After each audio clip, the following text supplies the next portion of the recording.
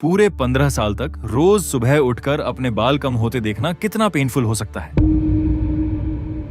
और कभी कभी सड़क पे चलते रहते हैं तो कोई बहुत पुराना रिश्तेदार मिल जाता है। वो सीधा पूछता है बच्चे कैसे हैं। अब बच्चे तो यहाँ शादी नहीं हुई है बच्चे कहाँ से बताया जाए कि बच्चे कैसे हैं। मेरे से बड़ा भाई है एक तो वो और मैं बाइक पे जा रहे थे अभी कुछ दिन पहले। तो मेरे बड़े भाई को देख करके बच्चे करते हैं कि भैया नमस्ते, फिर मेरी तरफ देखो अंकल नमस्ते। लड़कियां को ये नहीं कहेंगी अंकल नमस्ते, पहले आगे आगे बढ़ो। ये हैं अभिषेक। मेरा नाम अभिषेक है, मेरी एज 36 है। इनका हेयर फॉल 2010 में शुरू हुआ था। मैं दिल्ली में अपनी पढ़ाई कर रहा था, तब से मेरा स्टार्ट हुआ था। इसे रोकने के लिए इन्होंने सब कुछ ट्राई किया। 15 साल में कहीं मैंने तेल लगाए, देसी नुस्खे इस्तेमाल किए मैंने, कहीं मैंने सीरम्स इस्तेमाल किए हैं इसमें, और शैम्पूज इस्तेमाल किए हैं मैंने, कहीं ब्रांडेड। QHT के बारे में सबसे पहले मेरे दोस्त ने बताया, जिसने यहीं से अपना ट्रीटमेंट कराया है। उसका रिजल्ट काफ़ी अच्छा आया था, तो उसने मेरे को बताया, मेरे को रिकमेंड करा। The main reason behind choosing this clinic that it's all about the trust. मेरा नाम अभिषेक है, मेरी एज 36 है, और मेरा हेयर फॉल अराउंड 2010 से शुरू हुआ था। जब मैं दिल्ली में अपनी पढ़ाई कर रहा था, तब से मेरा स्टार्ट हुआ था। और 2026 ये पूरा आधे से ज़्यादा मेरे बाल झड़ चुके हैं। 15 साल में कहीं मैंने तेल लगाए, देसी नुस्खे इस्तेमाल किए मैंने, कहीं मैंने सीरम्स इस्तेमाल किए हैं इसमें, और शैम्पूज इस्तेमाल किए हैं मैंने, कहीं ब्रांडेड, और कई चीज़ें करी हैं। प्याज रगड़ना, प्याज लगाना, अदरक लहसुन का पेस्ट लगाना, कई नुस्खे आजमाए, लेकिन कुछ फ़ायदा नहीं हुआ। तो फाइनली मैंने सोचा कि hair transplant is the best. QHT के बारे में सबसे पहले मेरे दोस्त ने बताया, जिसने यहीं से अपना ट्रीटमेंट कराया है। उसका रिज़ल्ट काफ़ी अच्छा आया था, तो उसने मेरे को बताया, मेरे को रिकमेंड करा। फिर मैंने ऑनलाइन सर्च करा तो देखा इसके काफ़ी अच्छे रिज़ल्ट हैं। कई सेलेब्स ने यहाँ से कराया है, तो मेरे को लगा कि मेरे को एक बार जा कर के कंसल्ट करना चाहिए, मेरे को पता करना चाहिए कि क्या है। फिर जब मैं यहाँ पे आया, यहाँ पे डॉक्टर्स से कंसल्ट करा, तो डॉक्टर्स ने बताया कि क्या प्रॉब्लम है, किस तरह से है। तो उसके बाद मेरे को यकीन हुआ, उसके बाद मैंने चूज़ किया कि मैं QHT में अपना treatment. The main reason behind choosing this clinic that it's all about the trust. See, I have seen the result of my friend and a living example in front of me. So I only trust QHT. आंखों देखा सबसे अच्छा है, best example. छुआ हुआ, आंखों से देखा हुआ, उसके सर पे हाथ भी फेरा हुआ है, तो पता लगता है कि हाँ नकली नहीं है, कि उसने यहाँ से ट्रीटमेंट कराया है। पहले उसके काफ़ी अलग अलग सर पे पैचेस आए हुए थे, पीछे के साइड पे पैचेस थे, और फ्रंट से तो पूरा ही खाली था उसका। बीच बीच में से थे उसके थोड़े बहुत बाल, जैसे मेरे हैं। तो अब उसके ऑल ओवर सारा कवर है हेयर, काफ़ी डेंसिटी काफ़ी अच्छी है उसकी, और कर्ल हेयर है, वह शाइनिंग हेयर है, बहुत अच्छे लगते हैं उसके बाल अब। और उसकी एज भी कम लगती है, नेचुरल लुक आता है बिल्कुल पता नहीं लगता कि, अगर वो बताता नहीं है किसी को कि मैंने ट्रांसप्लांट कराया, तो पता नहीं लगता उसका। जब उसने मेरे को बताया, तब मेरे को वो हुआ कि हाँ इसने ट्रांसप्लांट कराया, विग नहीं है। ऐसा कोई डाउट रिलेटेड नहीं है, बस थोड़ा सा एंग्जाइटी रहती है, हल्की सी एंग्जाइटी है, वो हर ट्रीटमेंट से पहले हर किसी को रहती है, because I don't know everything about the operation, वो how it will be. And बस ये रहता है कि बाद में फिर दोबारा से हेयर फॉल ना हो जाए, फिर दोबारा से झड़ने ना लगे, या मैं कभी कलर कराऊँ इन फ्यूचर एज पर माई एज, तो ख़राब ना हो बाल ना, क्योंकि काफ़ी एंग्जाइटी रहती है। सी जब स्टार्टिंग में तो इतना पता नहीं चलता है जब बाल झड़ते हैं, लेकिन जब स्ट्रेंथ डेंसिटी कम होने लग जाती है बालों की, स्ट्रेंथ कम होने लग जाती है बालों की, तब लोग नोटिस करना शुरू करते हैं, तब लोग बताना शुरू करते हैं कि भाई गंजे हो रहे हो, कुछ कर लो। दुनिया भर के नुस्खे आ जाते हैं, जो हम चाहते भी नहीं है कि कोई हमको बताए, जो हमको पता भी होते हैं कुछ, तो वो भी लोग बताते हैं, लेकिन वो चीज़ लोग नहीं समझ पाते कि ये झड़ते ही जा रहे हैं।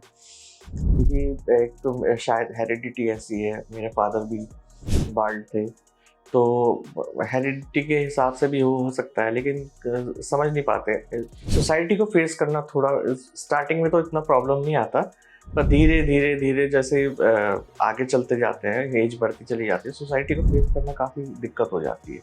ऊपर से जो एज हमारी नहीं होती उसका हम एजेड लगने लग जाते हैं। मैं एजेड लगने लग गया था अपने टाइम पे, आज भी लगता हूँ। कोई 40 इयर्स का बताता है, आई एम ओनली 36, तो कोई मैरिड बताता है। और कभी कभी सड़क पे चलते रहते हैं तो कोई बहुत पुराना रिश्तेदार मिल जाता है, वो सीधा पूछता है बच्चे कैसे हैं। अब बच्चे तो यहाँ शादी नहीं हुई है बच्चे कहाँ से बताया जाए कि बच्चे कैसे हैं। तो काफ़ी इश्यूज आते हैं, काफ़ी अंदर ही अंदर एक एम्बेरसमेंट रहता है ना, उतना कॉन्फिडेंस नहीं रहता उस टाइम पे। एक्चुअली वो क्या कहते हैं, रहता है कि जाना है हॉस्पिटल, जाना है, कोई ट्रीटमेंट है, तो ट्रीटमेंट नहीं बोल रहे, वो बोल रहे ऑपरेशन है बच्चे का, तो ऑपरेशन कराने जाना है, इसका बालों का ऑपरेशन है। बालों का कौन सा ऑपरेशन होता है, ट्रीटमेंट है। अब वही माइंड में बैठ जाता है कि बालों का तो ऑपरेशन होगा, यानी कि इंजेक्शंस लगेंगे, यहाँ डॉक्टर नर्सेस खड़े हो जाएंगे, चारों तरफ इंजेक्शंस ठूसेंगे और फिर एज अ बॉडी ट्रीट करेंगे वो लोग। तो काफ़ी यहाँ पे आकर बहुत चिल माहौल है, बहुत अच्छा माहौल है यहाँ पे, सब फ्रेंडली है यहाँ पे, सब अच्छा है, सब अच्छी से है। 10 महीने बाद खुद को, पहली बात तो थोड़ा सा उम्र मेरी कम लगेगी, ये तो मुझे पता है कि उम्र थोड़ी कम लगेगी, बाल थोड़े ठीक रहेंगे। I will be more confident at that time, my confidence will be high as compare to present. Confidence ठीक होगा, फेस कर पाऊँगा, लोगों से बात कर पाऊँगा, बंदियों से बात कर पाएंगे, लड़कियां को ये नहीं कहेंगी अंकल नमस्ते, पहले आगे बढ़ो, ठीक है ना। और मेरे से बड़ा भाई है एक, तो वो और मैं बाइक पे जा रहे थे अभी कुछ दिन पहले, तो मेरे बड़े भाई को देख करके बच्चे करते हैं कि भैया नमस्ते, फिर मेरी तरफ देखा है अंकल नमस्ते मैं छोटा हूँ और मेरे को अंकल बोलते हैं, तो ये इफेक्ट रहता है। तो 10 महीने बाद आई होप ऐसा नहीं होगा। Now I am going for my further process, okay, I will see you after my transplant, तब तक बाय।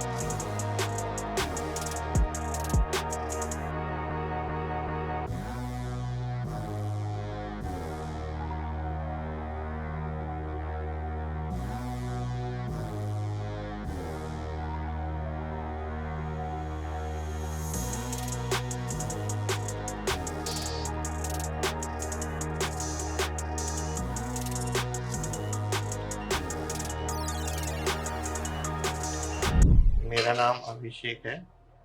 आज मेरा दूसरा दिन है और मेरा जो ट्रीटमेंट चल रहा है, मेरे ग्राफ्टिंग के लिए ट्रांसप्लांट किया जा रहा है। कल मेरी स्लिटिंग हुई थी और अभी 30% बचा हुआ है। जब एनेस्थीसिया लगाते हैं उस वक्त थोड़ा बहुत होता है, फिर उसके बाद पता नहीं लगता। एनेस्थीसिया के बाद उतना नहीं होता है, बीच बीच में होता रहता है, थोड़ा बहुत पता लगता है, पर वो इसका फायदे नहीं होता। सबका बिहेवियर अच्छा है, सब अच्छा है, काफ़ी कोऑपरेट करते हैं हर चीज़ में। जब भी मेरा प्रोसेस होता है उससे पहले इन्फॉर्म कर लेते हैं कौन सी दवाई दे रहे हैं, किस टाइप की दवाई है, वो भी इन्फॉर्म करते हैं, क्या चल रहा है क्या नहीं चल रहा है, क्या होने वाला है, वो सब इन्फॉर्म करते हैं पहले। जब वॉशरूम जाना होता है जा सकते हैं। खाना पीना बहुत अच्छा है यहाँ पे, रिफ्रेशमेंट अच्छा मिलता है बीच बीच में। फियर तो यही रहता है मेरा, क्या जो भी यहाँ पे आता है सभी का यही फियर रहता है, काफ़ी दर्द होगा क्योंकि सुई चुभाई जाएगी। ऊपर से अगर किसी की 3000 से लेकर के 5000 ग्राफ्टिंग है, यानी कि 5000 बार सुई चुभाई जाएगी, ऐसा लगता है। तो ये तो सबसे बड़ा फियर रहता है यहाँ पे। फिर दूसरी बात कि कितना हम होश में रहेंगे कितना नहीं रहेंगे, कहीं ऐसा ना हो एनेस्थीसिया असर करेगा या नहीं करेगा, ये भी काफ़ी बड़ा फियर रहता है यहाँ पे। लेकिन एक बार होने के बाद फिर कुछ नहीं होता है, फिर तो कंफर्टेबल हो जाता है। अगर के तब करता है वो बहुत बड़ी वो अजीब सा लगता है। आदमी लेटा हुआ बेहोश हुआ हुआ, कैमरामैन आ जाता है, पता नहीं कहाँ से आ जाते ही लाइट्स कैमरा एक्शन करता है बिना मेकअप के। यार भाई साहब मेकअप भी नहीं करते ये लोग। नहीं, काफ़ी अच्छी सर्जरी कर रहे हैं। ज़्यादातर तो पता ही नहीं लगता है कि किस टाइप से हो रहा है, कि किस तरह से कर रहे हैं। महसूस नहीं होता, फील नहीं होता। बस सर्जरी तो काफ़ी अच्छा रहा, काफ़ी ठीक रहा, मतलब जैसा एक्सपेक्टेड था कि डर लगेगा या फिर बहुत पेन होगा, वो सब नहीं था। आराम से रहा सब कुछ, मेडिसिन मिल जाती थी, आराम से सोते सोते सारा ऑपरेशन हो गया, सारा ट्रीटमेंट हो गया। तो भी रहते आराम से और सोते सोते ही हो जा रहा था सब कुछ। देखिए जब ओटी के अंदर घुसते हैं, ओटी के अंदर जाते हैं तो काफ़ी उस वक्त डर लगता है। उस वक्त आई एम फ्रेंडली स्पीकिंग, उस वक्त घबराए हुए रहते हैं, लेकिन जिस तरह से स्टाफ ट्रीट करता है यहाँ पे कि लेट जाइए, कुछ नहीं होगा, आराम से हो जाएगा सब कुछ, बातचीत करते रहते हैं, बातचीत करते करते वो लोग कैन्यूला सब वगैरह सब कुछ लगा देते हैं। फिर कैन्यूला लगाने के बाद फिर वो जो इंसर्ट करते हैं दवाइयाँ, उनमें भी बिल्कुल भी दर्द नहीं होता, तो भी आराम से हो जाता है। फिर दवाइयाँ खिलाते हैं वो लोग, फिर लेटाते हैं आराम से, लेटाते लेटाते बातचीत करते रहते हैं, बताते रहते हैं कि अब हम इस तरह करने जा रहे हैं, अब हम आपकी क्या कहते हैं बाल को देखेंगे, अब हम आपके बाल को निकालेंगे, उस तरह से वो बताते हैं। सिर्फ एक हल्का सा थोड़ा सा पेन होता है उस वक्त, जिस वक्त क्या कहते हैं लोकल लगाते हैं ये लोग। लोकल लगाने के बाद फिर तो सब कुछ स्मूथ हो जाता है, फिर पता नहीं लगता, फिर कुछ भी पता नहीं लगता। हाँ, वो सब बताते हैं, वो सारा हैंड टू हैंड पहले भी बता देते हैं, पहले एक ब्रीफिंग कर देते हैं ठीक से। उसके बाद फिर जब ऑपरेशन होता है, जिस तरह ऑपरेट कर रहे होते हैं वो लोग, उस टाइम भी बताते रहते हैं कि अब हम स्लिटिंग करेंगे, अब हम ग्राफ्टिंग करेंगे, इस तरह से आपकी ग्राफ्टिंग होगी, ठीक है ना, अब हम लोकल लगाएंगे, आपका सारा सुन्न हो जाएगा, तो आपको प्रॉब्लम करने की ज़रूरत नहीं है। इनफैक्ट वो लोग कह देते हैं कि अब आप चाहें तो सो जाइए, रिलैक्स करिए, हम अपना काम करते रहेंगे, तो इतना प्रॉब्लम नहीं होता। बिहेवियर काफ़ी फ्रैंक था, बिहेवियर काफ़ी अच्छा था ओटी स्टाफ और डॉक्टर्स का, और काफ़ी चीज़ें कि छोटी छोटी चीज़ों पे वो लोग बारीकियों को नोट कर रहे थे। अभी बीच में एक पॉइंट मेरा एक ऐसा आया कि जहाँ पे मेरा बीपी काफ़ी थोड़ा हाई हो गया था, वो थोड़ा मैं सोच रहा था, काफ़ी स्ट्रेस हो गया था मुझे, तो वहीं के वहीं उन्होंने पूरा का पूरा ऑपरेशन रोक दिया कि नहीं, जब तक आपका बीपी नॉर्मल नहीं हो जाएगा हम फर्दर प्रोसीड नहीं करेंगे। और मात्र 1 घंटे के अंदर अंदर मेरा बीपी नॉर्मल हो, उसके बाद ही उन्होंने प्रोसीड करना, वरना उन्होंने कह दिया था हम पूरा डिले कर देंगे, हम छुएंगे ही नहीं इस चीज़ को। तो सेफ्टी को प्रायोरिटी देते हैं, ये सबसे अच्छी बात है। हाँ, बीच बीच में आपको ब्रेक्स मिलते रहते हैं, मान लो कि आपको वॉशरूम जाना है या बाहर थोड़ा इजी फील करना है, तो वो ब्रेक मिल जाता है।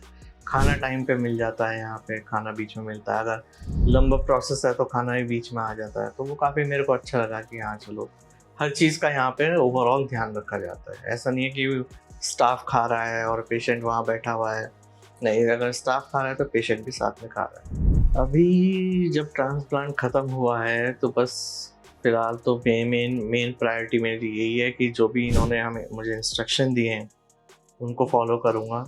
इंस्ट्रक्शन देने के बाद उसके बाद सबसे बेस्ट पार्ट ये है कि 1 साल तक फॉलोअप के लिए इन्होंने बोला है कि 1 साल तक हम आपको फॉलोअप करेंगे, आप बीच बीच में आते रहेंगे, हमसे मिलते रहेंगे। वो काफ़ी अच्छा है। मेडिसिन इन्होंने लिख के दिए हैं, कहीं 4-5 दिन तक का मेन परहेज रहता है, उसके बाद then you can live your normal life. Very positive, very confident. yesterday I saw myself in the mirror. The looks, basically the whole looks change when you feel more confident in that. So lots of dreams regarding that. Process बड़ा smoothly चलता है। और रही बात दर्द की, तो जैसे चींटी काटती है उस तरह से हल्का इंजेक्शंस का स्टार्टिंग में दर्द होता है, क्योंकि वो आपके एरिया को सुन करते हैं, आपके जो हेड है उसको वो लोग सुन करते हैं, उस वक्त हल्का थोड़ा सा दर्द रहता है। ऐसा कुछ नहीं है कि बाद में भी दर्द हो रहा है या फिर हम दर्द में दर्द में ही रह रहे हैं, ऐसा कुछ नहीं है, उतना दर्द नहीं होता है इसमें। इनफैक्ट जब एक बार सुन हो जाता है तो फिर दर्द का पता ही नहीं चलता। I will give 5 out of 5, क्योंकि मेरे अंदर जो मिथ्स थे वो सब वो हो गए, मेरे अंदर जो डाउट्स थे वो सब क्लियर हो गए। जिस तरह का मैंने प्रोसेस सोच के आया था वैसा बिल्कुल भी नहीं था। मेरे एक्सपेक्टेशंस बहुत लो थे, यहाँ काफ़ी हाई लेवल इन्होंने जो ट्रीट किया है मेरे को वो सब बहुत अच्छा। Thank you QH team.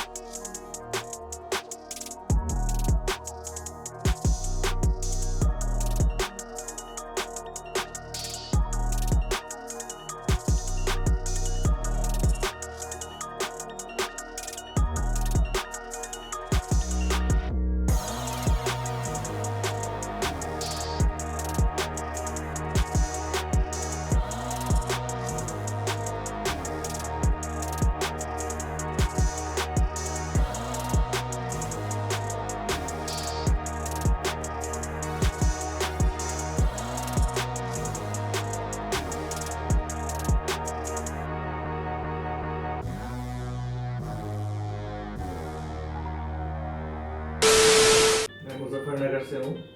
बहुत अच्छी बात बताई आपने। आप लड़ते नहीं हैं, हम सीधा मार देते हैं, तो इतना टाइम वेस्ट नहीं करते वहाँ। आपको तो बहुत प्यार है बाकी। ये क्या हो गया? ये वो हो गया, क्या बोलते हैं उसे? हेलो फ्रेंड्स, अगर आपने अभी तक हमारे चैनल को सब्सक्राइब नहीं किया है तो प्लीज़ इस वीडियो को लाइक कीजिए, शेयर कीजिए और हमारे चैनल को सब्सक्राइब कीजिए। और ध्यान रहे बेल आइकन दबाना ना भूलें, जिससे हमारे हर वीडियो का अपडेट आपको समय समय पर मिलता रहेगा।